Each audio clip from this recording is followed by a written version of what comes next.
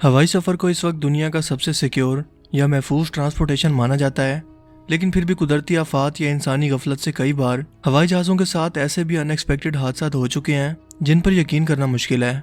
और सुनने में भी ये किसी मूवी का सीन मालूम होते हैं, लेकिन ऐसा हकीकत में हो चुका है। ये 28 अप्रैल 1988 1:25 का वक्त है जब एक 19 साल पुराना अलोहा एयरलाइन का जहाज़ बोइंग 737 हीलो इंटरनेशनल एयरपोर्ट से होनोलुलु के लिए रवाना हुआ। इस दिन मौसम हमेशा की तरह साफ था और किसी भी तरह की फ़नी खराबी के आसार नज़र नहीं आ रहे थे। ये प्लेन होनोलुलु से हीलियो पहुंचा। यहाँ रुककर इसे जहाज़ की इंस्पेक्शन करना थी, यानी इंस्पेक्शन करनी थी कि जहाज़ में किसी भी तरह की कोई फ़नी खराबी तो नहीं है। लेकिन पायलट्स को लगा कि इसे चेक करना ज़रूरी नहीं है, इसीलिए इस प्रोसेस को स्किप कर दिया गया। इसके बाद इस जहाज़ की अगली मंजिल थी कुआई। ये जहाज़ उसके लिए रवाना हुआ। इस जहाज़ के कप्तान रॉबर्ट सिंस्थाइमर का 6700 घंटे का फ़्लाइट एक्सपीरियंस था। इस प्लेन के अंदर 89 मुसाफिर, 3 फ्लाइट अटेंडेंट और 2 पायलट्स मौजूद थे। 1:26 पर जब यह जहाज़ मुआई से कुआई के लिए रवाना हुआ तो ये 24,000 फुट की बुलंदी पर मौजूद था। मुआई से 26 मील की दूरी पर अचानक मुसाफिरों को अजीब सी आवाज़ें सुनाई दी। इन्हें ऐसा लगा कि शायद जहाज़ के अंदर किसी सुराख से हवा बहुत तेज़ी से अंदर दाखिल हो रही है। देखते ही देखते इस एयरक्राफ्ट की लेफ्ट साइड की छत, यानी पायलट के कॉकपिट से लेकर 19 फुट लंबाई तक टूटकर टुकड़ों की सूरत में हवा में बिखर गई, जिससे प्लेन के बाहर और अंदर का प्रेशर एक जैसा हो गया।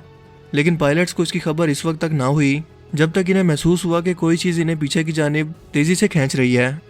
सो जब पायलट्स ने बाहर की तरफ देखा तो प्लेन की छत के टुकड़े बिखरे देखकर वो दंग रह गए। इन्हें घबराहट में समझ नहीं आ रहा था कि वो क्या करें, क्योंकि अब जहाज़ एक पेंडुलम की तरह दाएं और बाएं जानिब झूल रहा था, जिसे ज़्यादा देर तक कंट्रोल कर पाना बहुत मुश्किल काम था। लेकिन स्पीड ब्रेकर की मदद से किसी हद तक वो इसे कंट्रोल करने में कामयाब रहे।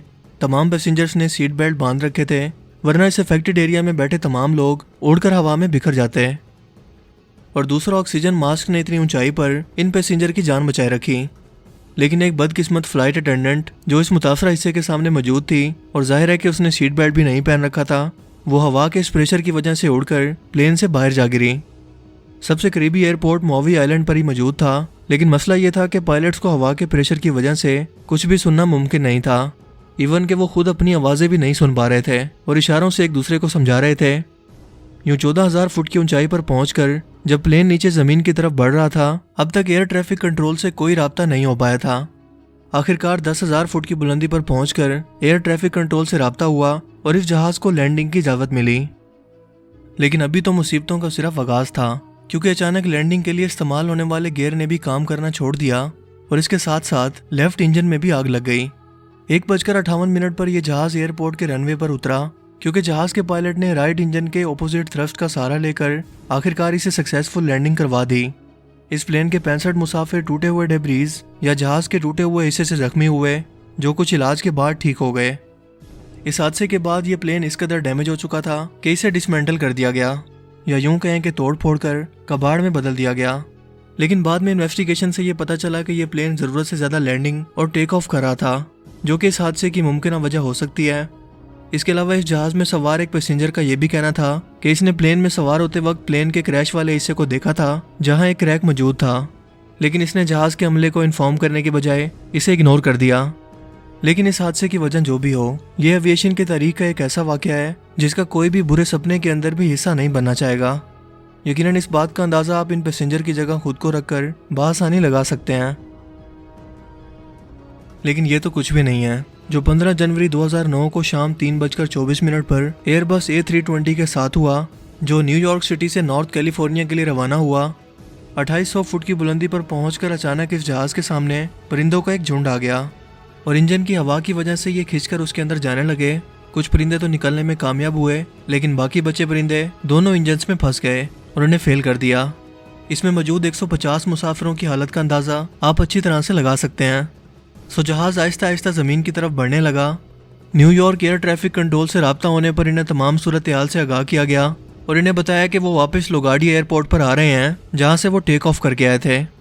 लोगार्डी एयरपोर्ट 7 किलोमीटर दूर था, सो पायलट ने अंदाज़ा लगाया कि वहां तक पहुंचने से पहले ही जहाज़ ज़मीन से टकरा जाएगा, यानी कि न्यूयॉर्क शहर के अंदर क्रैश करेगा, जिससे जहाज़ के मुसाफिरों समेत कई बेगुनाह लोग भी मारे जाएंगे। सिर्फ 1650 फुट की ऊंचाई पर पायलट ने मुसाफिरों को बताया कि वो करीबी मौजूद हिडसन नदी के अंदर क्रैश लैंडिंग करने वाले हैं सो तमाम मुसाफिर इसके लिए खुद को तैयार रखें। एयर ट्रैफिक कंट्रोल ने एक हेलीकॉप्टर और रेस्क्यू टीम भी इस नदी की जानिब रवाना कर दी।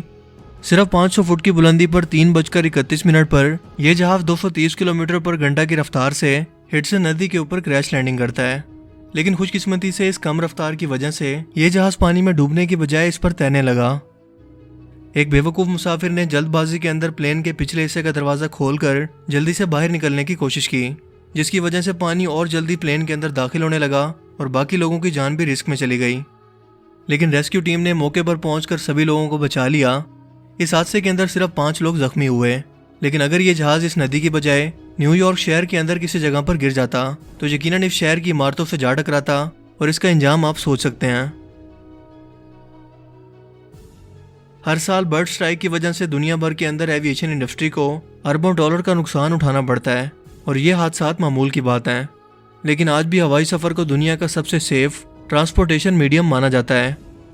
लेकिन सवाल यह है कि परिंदे तो अपने नेचुरल इन्वायरमेंट में ही उड़ रहे होते हैं, जैसा कि वो हज़ारों सालों से कर रहे हैं। लेकिन इंसानों ने अपनी टेक्नोलॉजी की बदौलत हाल ही में हवाई जहाज़ ईजाद किए हैं। सो बर्ड स्ट्राइक के पीछे गलती किसकी है, परिंदों की या हम इंसानों की? अपनी कीमती राय का इज़हार कमेंट सेक्शन में ज़रूर कीजिएगा। अगर आपको ये वीडियो अच्छा लगा तो इसे लाइक कीजिए और दोस्तों के साथ भी इस इन्फॉर्मेशन को ज़रूर शेयर कीजिए। अब मैं मिलूंगा आपसे एक नई इंटरेस्टिंग वीडियो में। तब तक के लिए अपना बहुत सा ख्याल रखिएगा।